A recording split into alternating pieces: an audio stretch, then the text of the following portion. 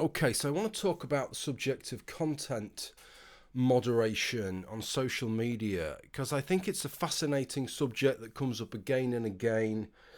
And let's be honest, it's been the bane of social media platforms trying to find some standard of content and content moderation. We all understand that some amount of content moderation is going to be necessary, but trying to find a way to frame it, a way to apply it, has proved to be incredibly difficult for social media platforms.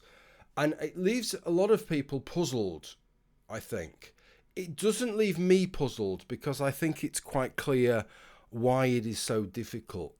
I think a lot of people sort of feel that what they want to see is consistency and a sort of even-handedness, which I think are absolutely things that most of us, it would be difficult to say something other than that, wouldn't it? No, I want an inconsistent and an uneven-handed approach. And yet I think that sort of belies the difficulty that exists with all of this, because in actual fact, people don't always want what they ask for.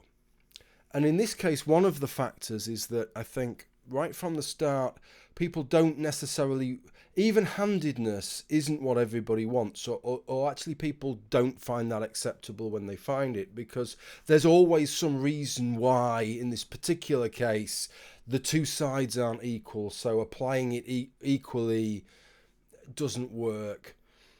And then even if you look beyond that, even for those purists who are happy with ultra even-handedness, even if the two sides of the equation aren't quite the same and maybe ought to be treated differently, there's the issue of indirect discrimination, which in this case would mean applying a set of standards. So you have a set of standards and you apply them equally, but the set of standards were effectively discriminatory.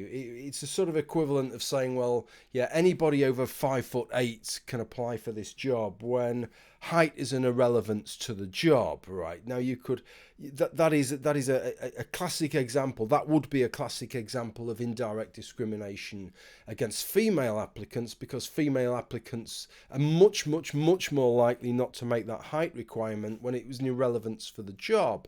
So what you effectively do is you take something and say, well, hey, you stand back and say, hey, well, it's applied equally, so it's fair, but it isn't, because it doesn't impact equally. Of course, sometimes there are perfect cases where that's okay, you know, if it's a relevant factor, then it's fine that it impacts unequally, or it should be, at the very least.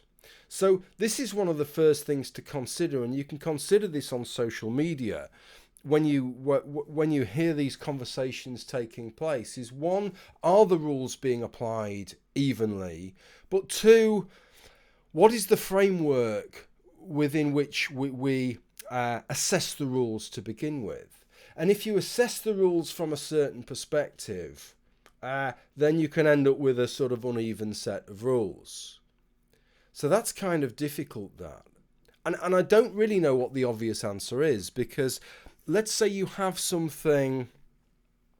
I'm just thinking of a sort of good example to give. It's hard to give a good example that isn't a controversial example, and I don't want to sort of tie this up too much with that. It's the principles that I wanted to get through here. But I suppose if you looked at something like the phrase Black Lives Matter and White Lives Matter would be a good example of something where that proves a bit of a problem within the scope of this. Because what you could say is, this is where it all starts to disappear down rabbit holes, right? So let's say nobody can say anything racist. So then somebody says Black Lives Matter, and somebody says, well, that's racist, and then somebody counters that by saying it isn't racist, because just because you're saying Black Lives Matter doesn't mean you're denying that other lives matter just as much. Of course not. So that's not racist. And then somebody says White Lives Matter, and there's an outcry, more of an outcry about that, on the grounds that it's racist. Now, do they have the same legitimate retort? The philosophical argument had just been made there that just because you're saying one group's lives matter, that's not to say other groups' lives matter. Do you allow this other side the same philosophical argument? Certainly on its face, it's equally valid, right? Just because you're saying white lives matter doesn't mean you're not saying other people's lives matter. Or do you start saying, no, no, no. No. Maybe we wanted the rules to apply equally to everybody, but that isn't how you apply the rules equally to everybody. You have to sort of apply the rules unequally to everybody for them to apply. Everybody has to work to a different standard somehow for us all to go to the same standard. It becomes very, very difficult, doesn't it? I don't know what the answer is there. All I wanted to do is to sort of try and get across. It really isn't just as simple as saying, we just decide on a set of rules and everybody we just apply the rules in a matter-of-fact way straight across the board, because people will not be happy with that. The rules could have indirect discriminations with them. You know, if nobody can advocate for socialism on YouTube, it applies equally to the left and the right. It's clearly indirect discrimination. So firstly, you can argue over the rules, because the rules could be indirect discrimination. And then if you get away from indirect discrimination, then some people could argue, well, actually there should be some indirect discrimination because the situations within our society are asymmetric.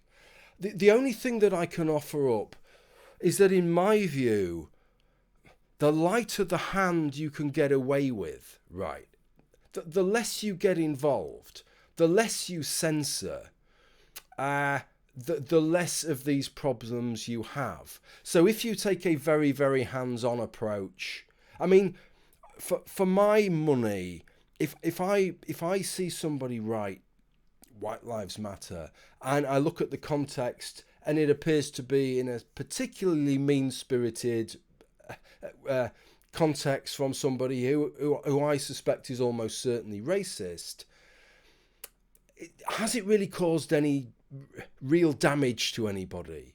I would suggest no.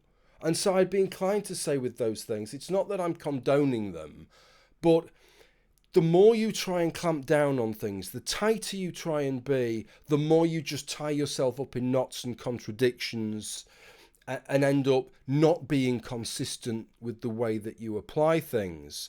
And actually, the more you sort of stand back and just say, look, these online social media spaces are spaces where sometimes you're just going to hear things you don't like hearing. I'm sure you'll cope. I'm sure you'll manage. I'm sure you'll survive. It actually does at least give you a chance to be a bit more consistent. And the times when you do intervene, I think probably you get less pushback, because a greater percentage of the people feel that that was a situation where you really did have to intervene. Okay, I'm interested on people's thoughts on this video more than most, because this is something that where I feel I just, like I say, I'm grabbing and clutching at suggestions on how these things should function, as I think Facebook and YouTube has for over a decade now. Twitter has. They don't really know the answers, and I think as a society we don't. So I am interested to hear what people have to say on this. Thanks for watching. Bye for now.